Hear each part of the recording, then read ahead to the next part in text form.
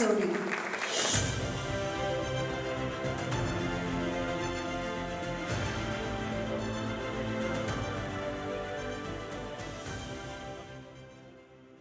आदरणीय गुजरातना chief minister Shri Bhupendra भाई पटेल जी, गुजरात समाचार के श्री शाह जी और बाहुबली भाई जी, और गुजरात समाचार परिवार के श्री निर्मम शाह जी, अमन शाह जी, आदरणीय श्री कैलाश नाथन जी, परिमल नथवानी जी, और गुजराती नहीं भारत के इंडस्ट्री के स्टॉलवर्ड्स, आमंत्रित मेहमान, सबसे पहले तो मैं गुजरात समाचार को धन्यवाद देना चाहूँगा कि आज की जो जीएस कॉन्क्लेव में उन्होंने गुजरात के 36 लाख किसानों की सहकारी संस्था को ये प्रिविलेज दिया है कि आज सबसे पहले वो अपनी बात कहें, तो मैं धन्यवाद देना चाहूँगा।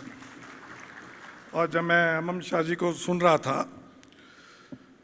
अगर कोई क्रेडिबल संस्था या इंस्टीट्यूशन कह सकती है कि अमूल कैसे बना, कैसे नर्चर हुआ, कैसे इस वक्त भारत के श्रेष्ठ स्थान पे पहुंचा, तो वो है गुजरात समाचार, क्योंकि गुजरात समाचार 90 साल पहले इसकी स्थापना हुई और अमूल की 75 साल, पर एक दोनों में सिमिलरिटी है। दोनों इंस्टीट्यूशंस को जो इंस्पिरेशन था, जो इनिशियल गाइडेंस था, वो सेम लोग थे, श्री वल्लभ भाई पटेल और श्री मोरारजी देसाई। तो ये भी बहुत बड़ी ही सिमिलरिटी है। आज मुझे जो आपने सबसे पहले प्रिविलेज दिया है, क्योंकि 40 साल से एक सहकारी संस्था में ही काम किया है और कुछ मालूम नहीं है, तो एक तो सबसे बड़ी हमारी खुशी की बात हुई जो इस साल भारत सरकार ने सहकारिता के कोऑपरेटिव्स को एक बहुत ही बड़ी उसको रिकॉग्निशन की है कि भारत में बिजनेस करने के लिए सहकारी संस्था ही सबसे एक बहुत ही एप्रोप्रिएट संस्था है। देखिए, गुजरात के लोग सहकारिता के बारे में जानते हैं। अमूल जैसे अभी दिखाया, मैं तो धन्यवाद दूंगा गुजरात समाचार की, इतनी बढ़िया हिस्टोरिकल फिल्म बनाई अमूल के लिए, हमको भी इसमें से काफ़ी कुछ जानने को सीखने को मिला। देखिए, इस वक्त भारत, इंडिया बहुत डेवलप कर रहा है। हमको मालूम है $5 ट्रिलियन की इकोनॉमी बनने जा रहे हैं, पर हमारे आदरणीय प्रधानमंत्री जी ने रिकॉग्नाइज किया कि अगर इंडिया को डेवलप होना है तो भारत को भी डेवलप होना है। और भारत मतलब क्या? भारत क्या है? मैं मानता हूं भारत 3S लोग हैं: छोटे लोग, छोटे किसान, छोटे आर्टिजन, छोटे ट्रेडर्स और छोटे कंज्यूमर। इसको मैं स्मॉल कहता हूं।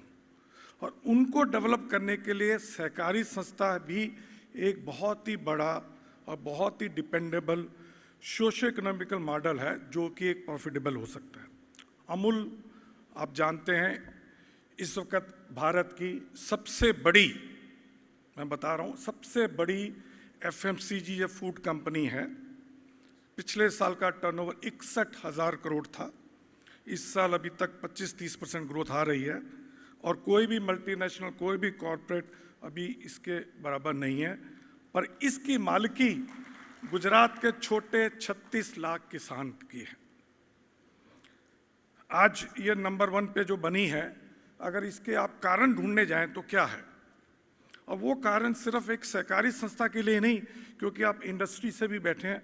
आज किसी भी सक्सेसफुल इंडस्ट्री के लिए, कॉरपोरेट के लिए, एंटरप्राइज के लिए है, सबसे बड़ी है लीडरशिप।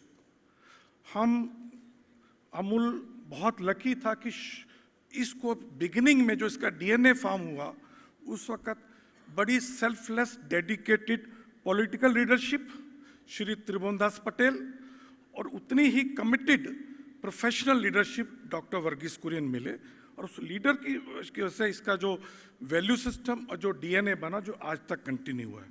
और किसी भी संस्था को बढ़ाने के लिए जो टेक्नोलॉजी का, लेटेस्ट टेक्नोलॉजी का अडॉप्शन किया गया, चाहे 1946 हो चाहे 2022 हो, वर्ल्ड में बेस्ट टेक्नोलॉजी को अडॉप्ट किया गया। और सबसे बड़ी महत्वपूर्ण बताए कि सहकारी संस्था में मार्केटिंग या ब्रांडिंग के ऊपर डे 1 से एम्फेसिस किया गया।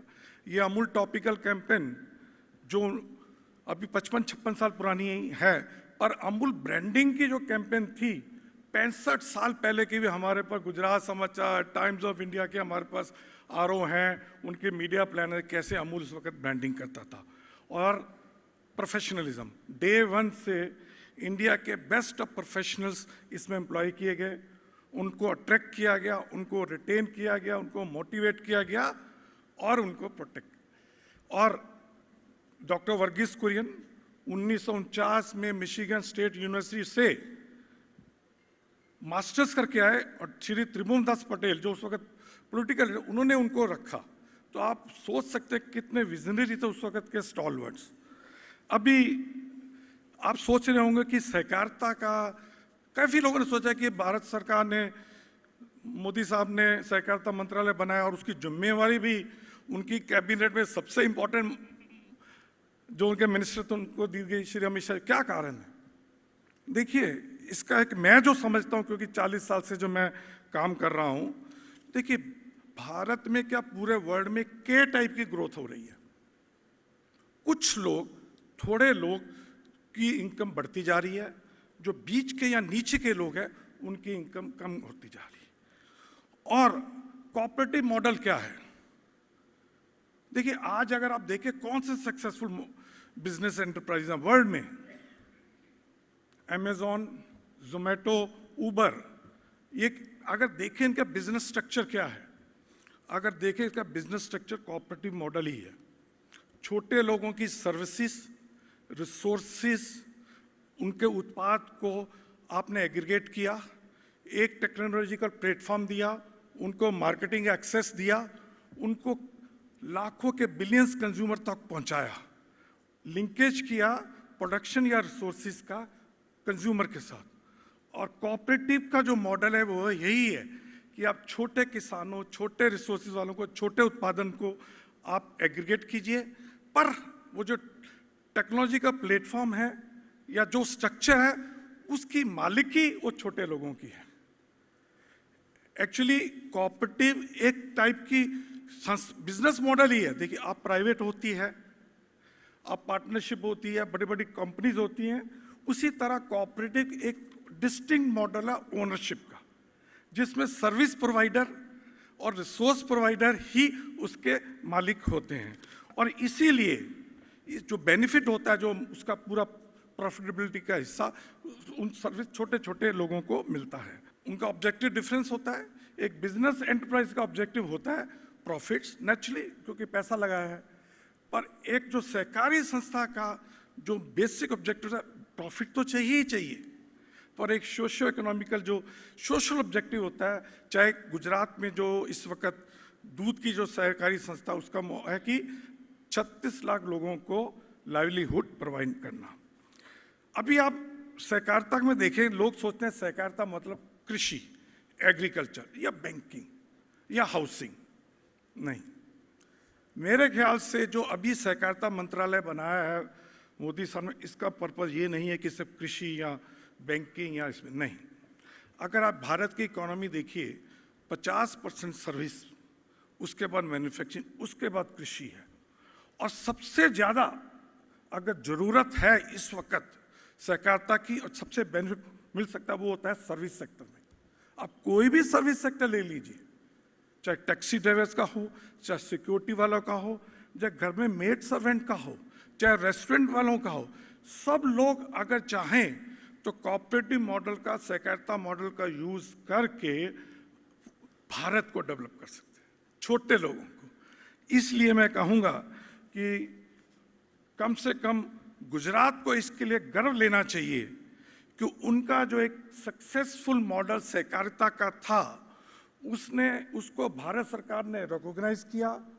और भारत सरकार ने सोचा कि अगर हमारे भारत में जो छोटे किसान, छोटे आर्टिजन, छोटे टैक्सी वाले, छोटे रेस्टोरेंट वाले, छोटे मेड सर्वेंट्स को, छोटे लोगों को अगर भारत की तरक्की में इक्वली जिम्मेवार और इक्वली शेयर करना है तो सहकारिता एक बहुत ही सक्सेसफुल और क्रेडिबल इंस्टीट्यूशंस है।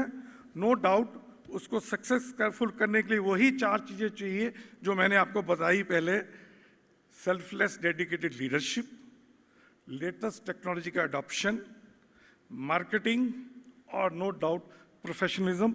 और मैं सोचता हूं कि इस चीज़ के लिए गुजरात को बहुत गर्व लेना चाहिए और भारत सरकार का धन्यवाद देना चाहिए। धन्यवाद।